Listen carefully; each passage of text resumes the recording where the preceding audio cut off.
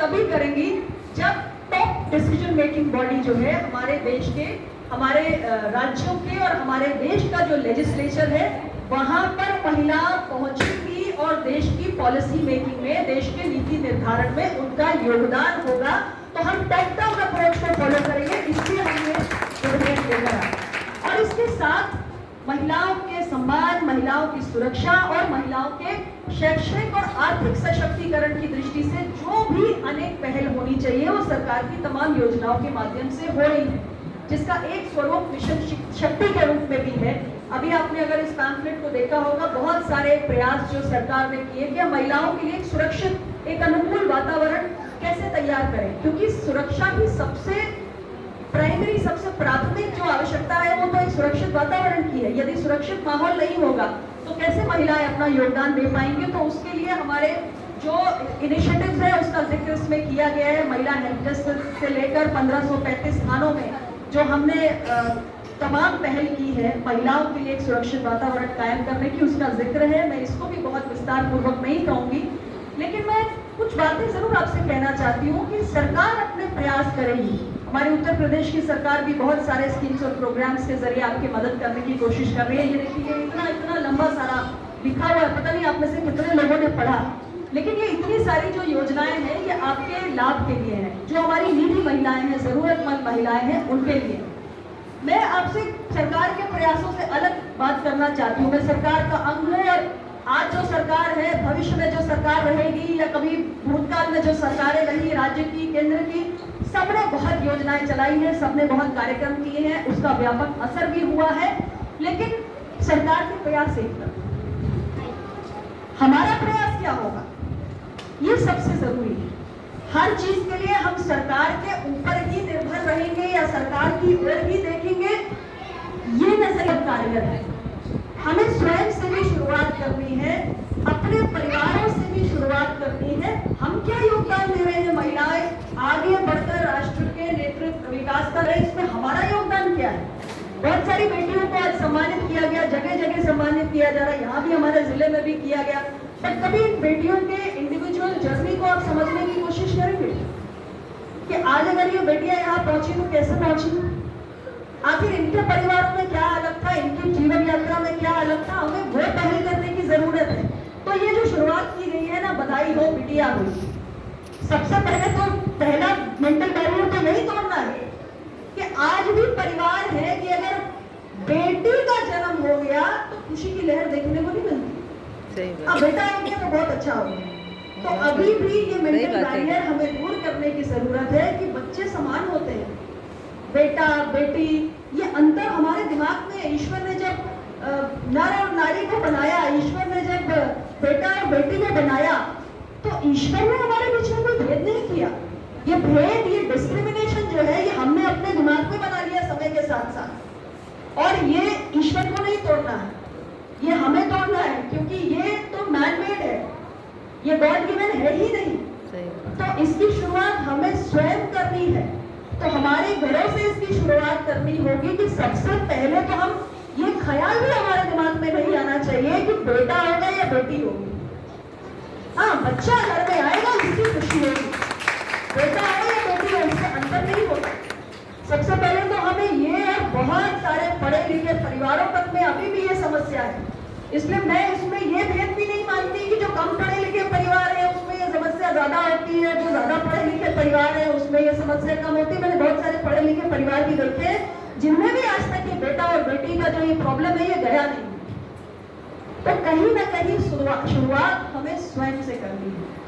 बेटियां ऊंची उड़ान तब भरती हैं जब उनके जन्म से लेकर उनके बचपन और जवानी तक उनके परिवार के अंदर उनके बड़े बुजुर्ग, माता पिता, कोई भी उन्हें ये एहसास नहीं कराता कि आप बेटी हो, इसलिए कुछ बात अलग है। और जब हम अनकॉन्शियसली एक बच्चे को उसके जन्म के बाद से ही लगातार बचपन, टीनेज और उसके यंग एडल्टहुड तक बार बार यही एहसास कराते रहते हैं अपनी बातों से, अपने व्यवहार से, अपने अनकॉन्शियस एक्शन से, रिएक्शन से, कि बेटी मतलब ये कर सकते हो, वो नहीं कर सकते हो, ये सीमा है, ये ठीक है, वो नहीं ठीक है। ये इतने ज्यादा इफ एंड बट हम जब अपनी अपब्रिंगिंग में लगाते हैं तब कहीं ना कहीं बेटियों का कॉन्फिडेंस शेकन अप हो जाता है। तो हमें कभी अपने घर से शुरुआत करनी है, सरकारें बाद में आएंगी, पहले हम अपने आप से शुरुआत करें। और मैं बच्चियों को भी ये बोलना चाहती हूँ कि एकदम से ना तो आपके घरों का माहौल बदलेगा, ना आपके स्कूल का बदलेगा, ना सोसाइटी का बदलेगा, धीरे धीरे ही बदलेंगी चीजें। तो ऐसा नहीं है कि एक दिन हम कोई प्रोग्राम कर देंगे तो रास्ते में होने वाली टीजिंग का आपको सामना नहीं करना पड़ेगा, या आप वर्क प्लेस पे जाएंगे तो आपको डिस्क्रिमिनेशन या मोलेस्टेशन की ऐसी प्रॉब्लम्स नहीं होगी। सब जगह होता है।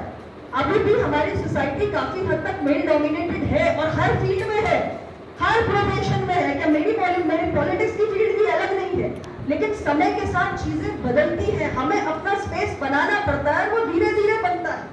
उसके बीच में मैं सभी बेटियों से यही कहना चाहूंगी कि समाज में आपको बहुत सारी नेगेटिव फोर्सेस भी मिलती हैं, लेकिन उसके साथ साथ बहुत सारी पॉजिटिव फोर्सेस भी मिलती हैं। आप किसी भी फील्ड में काम करिए, आपको बहुत सारे लोग डिस्करेज करने वाले भी मिलेंगे जो पुरुष होंगे, और बहुत सारी महिलाएं भी मिलेंगी जो नेगेटिव होंगी, लेकिन बहुत सारे पुरुष और बहुत सारी महिलाएं मिलेंगे जो आपको एनकरेज भी करेंगे।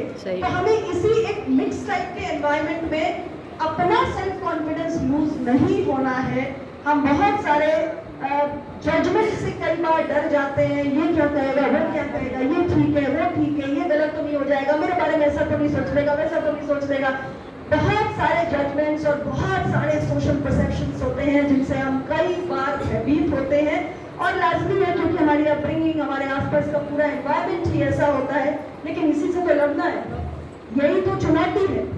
तो इसके बीच में मैं एक ही बात कहूंगी, love yourself, respect yourself, accept yourself. जब तक आप अपने आप को स्वीकार नहीं करेंगे, जब तक आप स्वयं खुद से प्यार नहीं करेंगे और अपना सम्मान नहीं करेंगे, कोई और आपको प्यार करे, सम्मान करे, ये सब बेकार की बातें हैं। सही बात।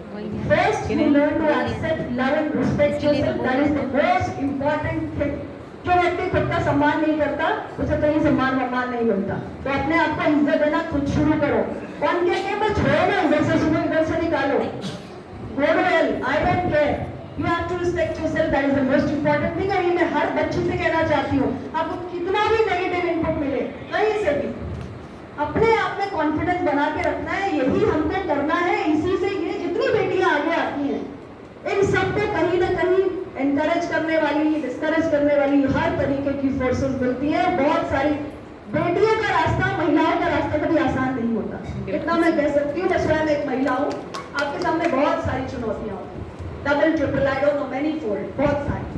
तो इसलिए मेरा विश्वास अडिग है मुझ पर, ये बात सबसे ज्यादा जरूरी है, और इस भावना के साथ हम चले, और उसके बाद हमें सरकारें जो दे रही है उसका हम उपयोग भी करें, ये जरूरी है। सरकार हमें बहुत कुछ दे रही है, लेकिन अगर मेरे अंदर ही आत्मविश्वास नहीं है तो ये योजनाएं मेरा क्या कर लेंगी? How will this system help me? How will this schemes help me? Nothing will help me unless I believe in my self. So please believe in your self, अपने आप में भरोसा रखिए, और हमेशा याद रखिएगा, ईश्वर ने बेटी को, बेटे को अपने दिमाग में किसी भेद के साथ नहीं बनाया है। उसने दुनिया को संपूर्ण बनाने के लिए दो लिंगों की रचना की है, और इसलिए हम भी उतने ही जरूरी है, उतने ही महत्वपूर्ण है जितने पुरुष हैं। और ये भी मैं कहूंगी कि पुरुषों और महिलाओं को आपस में प्रतिस्पर्धा की आवश्यकता नहीं है। There is no need for any form of competition. हमारे दोनों के अपने कैरेक्टरिस्टिक्स होते हैं, अपनी विशेषताएं होती हैं, हमारी अपनी स्ट्रेंथ्स होती हैं, और हमें हमेशा कोऑपरेशन के भाव से काम करना चाहिए। अपने आप को हमें किसी से बेहतर प्रूव करने की कोई आवश्यकता नहीं है। This is the worst thing we do as human beings to ourselves. ये तो मैं पुरुषों को भी बोलूंगी, किसी भी इंडिविजुअल को अपने आप को मुझे किसी से बेहतर प्रूव करना है, ये सबसे बड़ी मूर्खतापूर्ण फिलॉसफी है। मुझे अपने आप को किसी से बेहतर प्रूव नहीं करना है, मुझे अपना बेस्ट बनकर दिखाना है। हमेशा इस सोच के साथ आगे बढ़ना चाहिए, और यही पॉजिटिव माइंडसेट आपको हमेशा आगे लेकर जाएगा। इसके साथ ही thank you very much, all the best. बहुत बहुत धन्यवाद।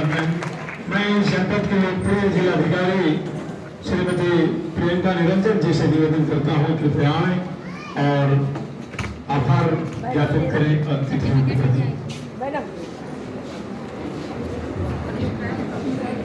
आज मिशन शक्ति के इस कार्यक्रम में उपस्थित माननीय मंत्री महोदय, माननीय एमएलसी महोदय, माननीय जिला पंचायत अध्यक्ष महोदय,